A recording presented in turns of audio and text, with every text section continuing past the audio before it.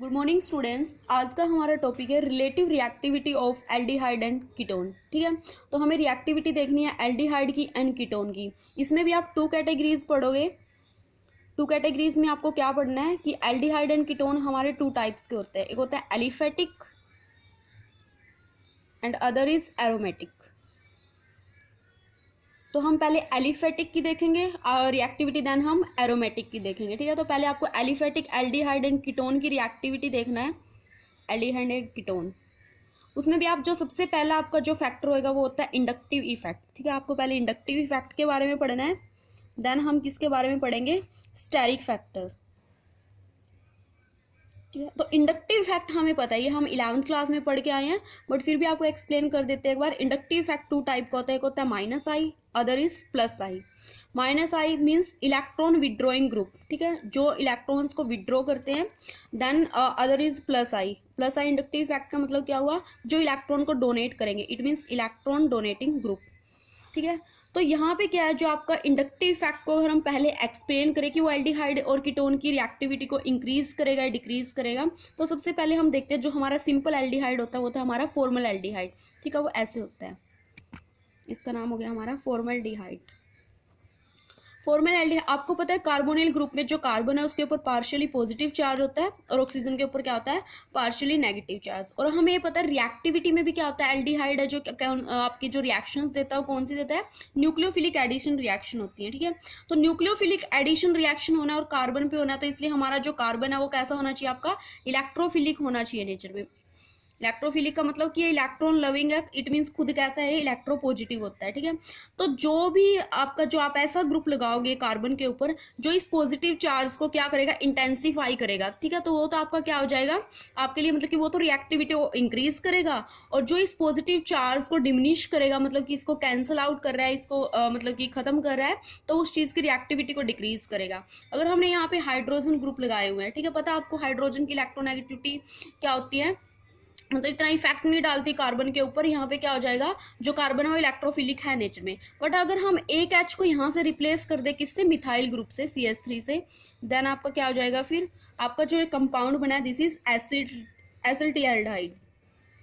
तो यहाँ पे क्या हो जाएगा, जो एसिटल्डिहाइड है वो क्या करेगा, यहाँ पे जो आपका R ग्रुप आया है, मतलब कि जो एल्काइल ग्रुप आया है, आपको पता है कि प्लस आई इफेक्ट देता है, तो मतलब ये इलेक्ट्रॉन्स को यहाँ पे दे रहा है, यहाँ पे क्या कर रहा है, इलेक्ट्रॉन डेंसिटी को बढ़ा रहा है। इट मीन्स जो कार्बन आपका वो कम इलेक्ट्रोफिलिक हो रहा है, तो इसकी रिएक्टिविटी कम हो जाएगी किसके कंपैरिजन में, फॉर्मल एल्डिहाइड के। और देन आपका जो अदर कीटोन है, जहाँ पे आप बोल रहे हो एसीटोन है, एसीटोन का जो रिएक्टिविटी है वो क्या हो जाएगा, सबसे कम हो जाएगा। तो आपका रिएक्टिविटी ऑर्डर हो गया, जिसमें हमने किसके बेस पे एक्सप्लेन किया, इंडक्टिव इफेक्ट के।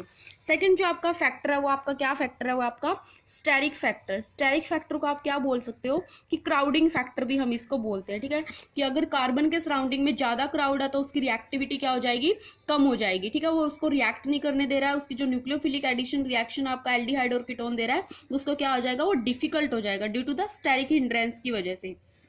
तो यहाँ पे देखो, अगर हम सबसे सिंपल एल्डिहाइड ले रहे हैं, फॉर्मल एल्डिहाइड ले रहे हैं, तो यहाँ पे जो H ग्रुप है वो क्या होते हैं, स्मॉल होते हैं साइज में। ठीक है, इनका साइज कैसा है, स्मॉल है। और जो आप इसके ऊपर क्या लगा रहे हो, मिथाइल ग्रुप लगा रहे हो दो। यहाँ पे जो कार्बोनिल आपका ग्रुप है उसके ऊपर 2 मिथाइल्स आपने क्या किया, ऐड किया है, तो यहाँ पे जो मिथाइल है उसका क्या होता है, साइज H का जो साइज है वो क्या होता है, कम होता है इन कंपैरिजन टू मिथाइल। ठीक है, तो यहाँ पे मिथाइल का साइज ज्यादा है। मिथाइल का साइज होने से यहाँ पे क्या हो रही है, क्राउडिंग इंक्रीज हो रही है, और क्राउडिंग की वजह से क्या हो जाएगा, इसकी जो रिएक्टिविटी है वो क्या हो जाएगी, कम हो जाएगी। तो इसलिए हम बोल सकते हैं जो हमारा फॉर्मल एल्डिहाइड है वो इस वाले से क्या हो जाएगा, आपका मतलब ये कीटोन है उससे क्या हो जाएगा, ज्यादा रिएक्टिव। और यहाँ पे हम एक चीज भूल गए, जो हमारा एल्डिहाइड है ना वो क्या होता है, वो ज्यादा रिएक्टिव होता है इन कंपैरिजन टू कीटोन। ठीक है, तो यहाँ पे भी सेम स्टेरिक फैक्टर के में भी हम यही चीज बताएंगे कि जो एल्डिहाइड है वो ज्यादा रिएक्टिव है इन कंपैरिजन टू कीटोन, क्योंकि कीटोन में क्या होता है, हमारा जो सराउंडिंग में आपका जो स्टेरिक फैक्टर है वो क्या हो रहा है, इंक्रीज हो रहा है। तो इससे भी ज्यादा जो आपका ये रिएक्टिव हो जाएगा, किससे ज्यादा रिएक्टिव हो जाएगा, अगर हम यहाँ पे आइसोप्रोपाइल ग्रुप लगा दें। ठीक है, आप ये चीज ले रहे हो, इससे भी ज्यादा रिएक्टिव हो जाएगा। ठीक है, तो ये तो हमने जो रिएक्टिविटी देखी है वो हमने किसकी देखी है, हमारी एलिफेटिक की। अगर हम अब एक्सप्लेन करते हैं एरोमेटिक के लिए। ठीक है, अगर आपको क्या एक्सप्लेन करना है, एरोमेटिक आपने एल्डिहाइड एंड कीटोन लेना है, उसके लिए आपको क्या करना है, एल्डिहाइड एंड कीटोन के लिए यहाँ पे भी आपका क्या देखना है, अपने बेंजीन का रोल देखना है, ठीक है। मान लो हम सिंपल वो ले रहे हैं, आप एक सिंपल कीटोन ले रहे हैं, यहाँ पे देखो C double bond O R, यहाँ पे क्या हो जाएगा, जो ये बेंजीन रिंग है ना, इसका जो इफेक्ट होता है वो इलेक्ट्रॉन डोनेटिंग ग्रुप होता है। इट मीन्स ये कार्बन के ऊपर क्या कर रहा है, इलेक्ट्रॉन डेंसिटी को क्या कर रहा है, इंक्रीज कर रहा है, ठीक है। अगर ये बेंजीन रिंग इसके ऊपर इंक्रीज कर रहा है, इट मीन्स इसको रिएक्टिविटी जो इसकी क्या हो जाती है, कम हो जाती है। कैसे, यहाँ पे ना कार्बन और ये वाला जो कार्बन है, ये वाला कार्बन है, इसके बीच में क्या आ जाता है, डबल बॉन्ड आता है ड्यू टू द रेजोनेंस, क्योंकि बेंजीन है, बेंजीन का क्या होता है, प्लस R इफेक्ट होता है, ठीक है। इसको हम एक्सप्लेन कर सकते हैं किस तरीके से, देखो जो डबल बॉन्ड के इलेक्ट्रॉन्स है ऑक्सीजन के पास चले जाएंगे, ऑक्सीजन के ऊपर क्या आ जाएगा, आपका नेगेटिव चार्ज आ जाएगा, ठीक है। यहाँ पे ऑक्सीजन के ऊपर नेगेटिव चार्ज, और उसके बाद आपका जो यहाँ पे कार्बन के ऊपर पॉजिटिव चार्ज R। इस पॉजिटिव को मतलब कि ख़त्म करने के लिए यहाँ से डबल बॉन्ड यहाँ पे शिफ्ट हो जाएगा, और डबल बॉन्ड शिफ्ट होने की वजह से यहाँ पे क्या हो जाएगा, जो आपके इलेक्ट्रॉन्स जा रहे हैं यहाँ पे पॉजिटिव चार्ज छोड़ के जाएंगे, ठीक है। यहाँ पे पॉजिटिव चार्ज आ जाएगा, यहाँ पे double bond O negative R।